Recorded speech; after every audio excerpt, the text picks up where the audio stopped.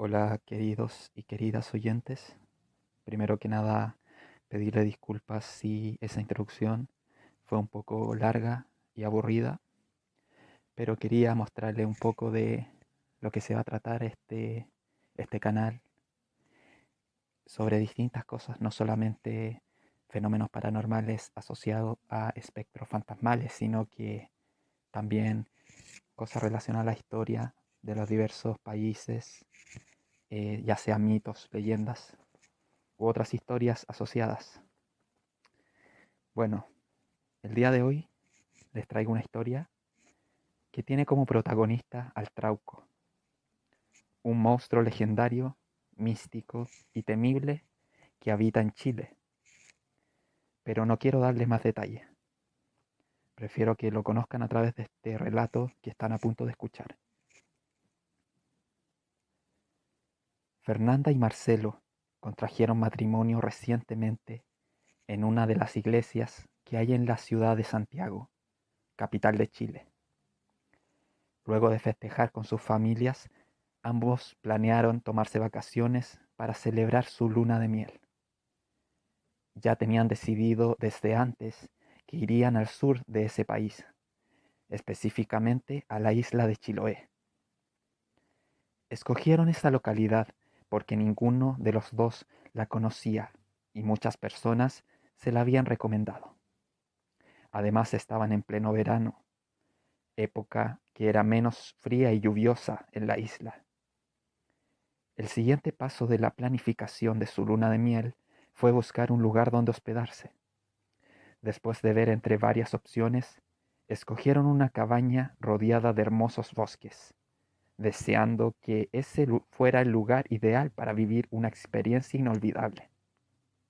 Así, llenos de ilusión y entusiasmo, se levantaron en la madrugada de un día martes, empacaron algunas pertenencias y emprendieron el viaje en su camioneta. Fue un largo viaje, aproximadamente 15 horas, considerando que se detuvieron un par de veces para comer, ir al baño y ver los hermosos paisajes que habían en el camino. Pero por fin habían desembarcado en la isla, y lo primero que pudieron apreciar fueron las casas construidas sobre el agua, los famosos palafitos, que son una característica especial de la isla de Chiloé.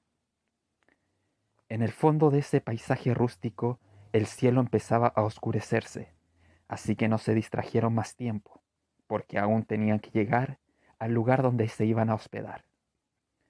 Marcelo se puso a conducir la camioneta, mientras Fernanda, revisando el GPS de su celular, le indicó los caminos que debían tomar para llegar a la cabaña. Fueron unos pocos minutos de recorrido, en donde se infiltraron por un bosque de caminos de tierra hasta que por fin llegaron a la cabaña. Era tal cual la habían visto en fotos de internet. Inclusive se veía mejor en la oscuridad, con las luces encendidas que emanaban desde su interior, y con los faroles antiguos que acompañaban el camino que llevaba hasta la puerta principal. Fernanda tomó su celular y llamó al dueño para avisarle que ya estaban ahí. A los pocos segundos salió de la cabaña don Pedro, un anciano de unos 70 años que caminaba como un joven de 30, abrigado con una manta de lana, que se le conoce como poncho, y en la cabeza llevaba un gorro de lana. Era una vestimenta muy abrigadora, habitual de los habitantes de la isla. Una vez que estuvo frente a ellos, se saludaron entre sí. Don Pedro, muy cordialmente, les preguntó cómo había estado el viaje, conversación que solo duró unos breves minutos, y luego Fernanda le pagó por la noche de alojamiento. Antes de despedirse, el anciano les advirtió que dejaran todas las ventanas y puertas aseguradas antes de acostarse, porque a veces entraban animales buscando comida y refugio. También les dijo que no salieran a pasear de noche al bosque, porque no habían caminos para guiarse, y, por último, le dio un papel con la dirección de su casa a Marcelo, por si necesitaban cualquier tipo de ayuda.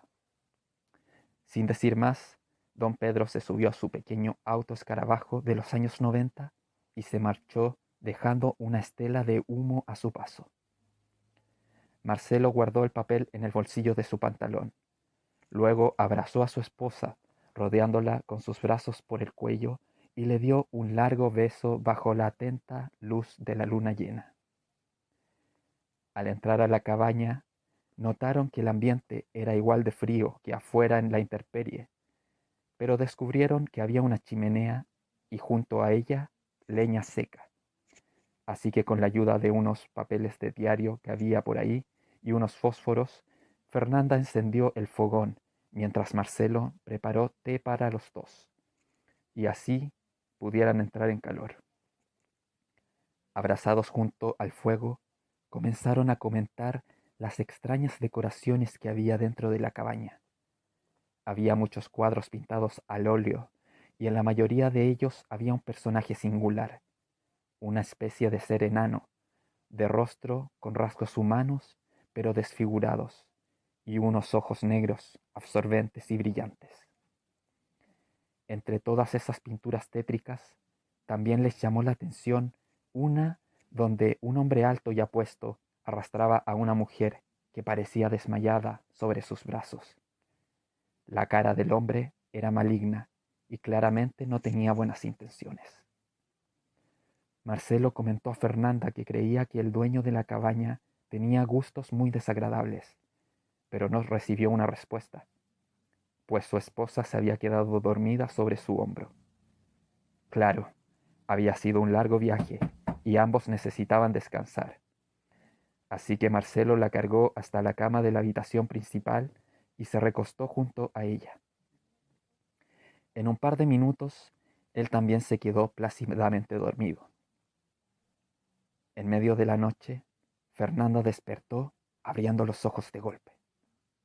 Había tenido una pesadilla donde se le apareció el rostro que había visto en las pinturas.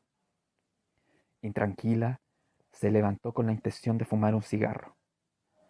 Marcelo se despertó a medias con el movimiento de la cama y al darse cuenta de que su esposa se había levantado, le preguntó si todo estaba bien.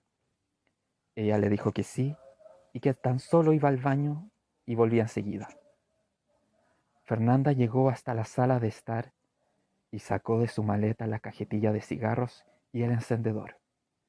Caminó hasta un enorme ventanal que había en esa misma habitación y que estaba cubierto por unas cortinas rojas, las cuales deslizó por los barrotes de hierro que las sostenían hasta dejar que toda la luz nocturna invadiera la sala. En ese momento recordó la advertencia que les había dado don Pedro.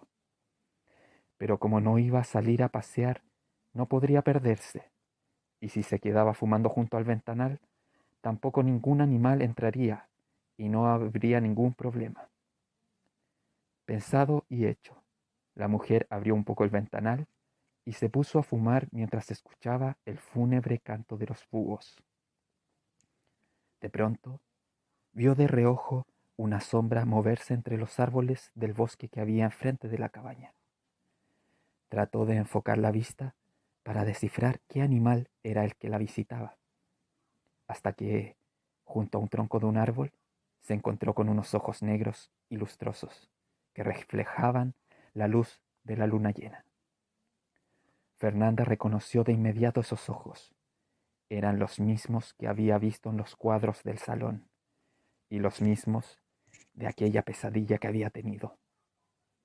Ante la impresión, dejó caer el cigarrillo desde sus labios y quiso entrar a la cabaña, pero no pudo. Se sintió completamente congelada, como si esos ojos fueran unos agujeros negros de los que no se podía escapar. Involuntariamente comenzó a avanzar y a cada paso se sentía más atraída por ese desagradable rostro, sin poder dar ni un solo grito. Estaba entregada a ese destino que la llevó hasta las garras de ese ser, y de ahí en más no tuvo opción de vuelta atrás. Mientras esto ocurría, Marcelo seguía durmiendo, hasta unos minutos más tarde, cuando sintió la corriente de aire frío que entraba desde el ventanal que Fernanda había dejado abierto.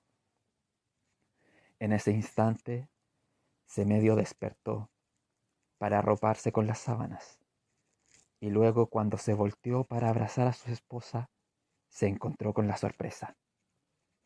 Despabiló de inmediato, como si hubiese tenido un presentimiento, y se levantó a buscarla, primero en el baño y luego en la sala de estar, donde se dio cuenta de que el ventanal estaba abierto. Salió apresurado, se dio vueltas a la cabaña, la llamó dando gritos, pero nada. Y cuando volvió al ventanal, vio el cigarro botado, con labial apenas marcado, y casi sin fumar. Ante esa extraña situación, y tratando de contener su desesperación, se puso los pantalones, sacó las llaves de la camioneta, su celular y el papel que le había entregado don Pedro, y salió dejando la puerta abierta, que luego se cerró por la corriente de aire frío proveniente de aquel ventanal. En esta primera parte de la historia pudimos ser testigos del poder de hipnosis y atracción que tiene esta criatura. Ahora Marcelo tiene la difícil misión de tratar de hallar el paradero de Fernanda. ¿Podrá descubrir quién está detrás de este secuestro y poder salvar a su amada? No te pierdas esto y más en el próximo episodio. Gracias por sintonizar este canal. Chao.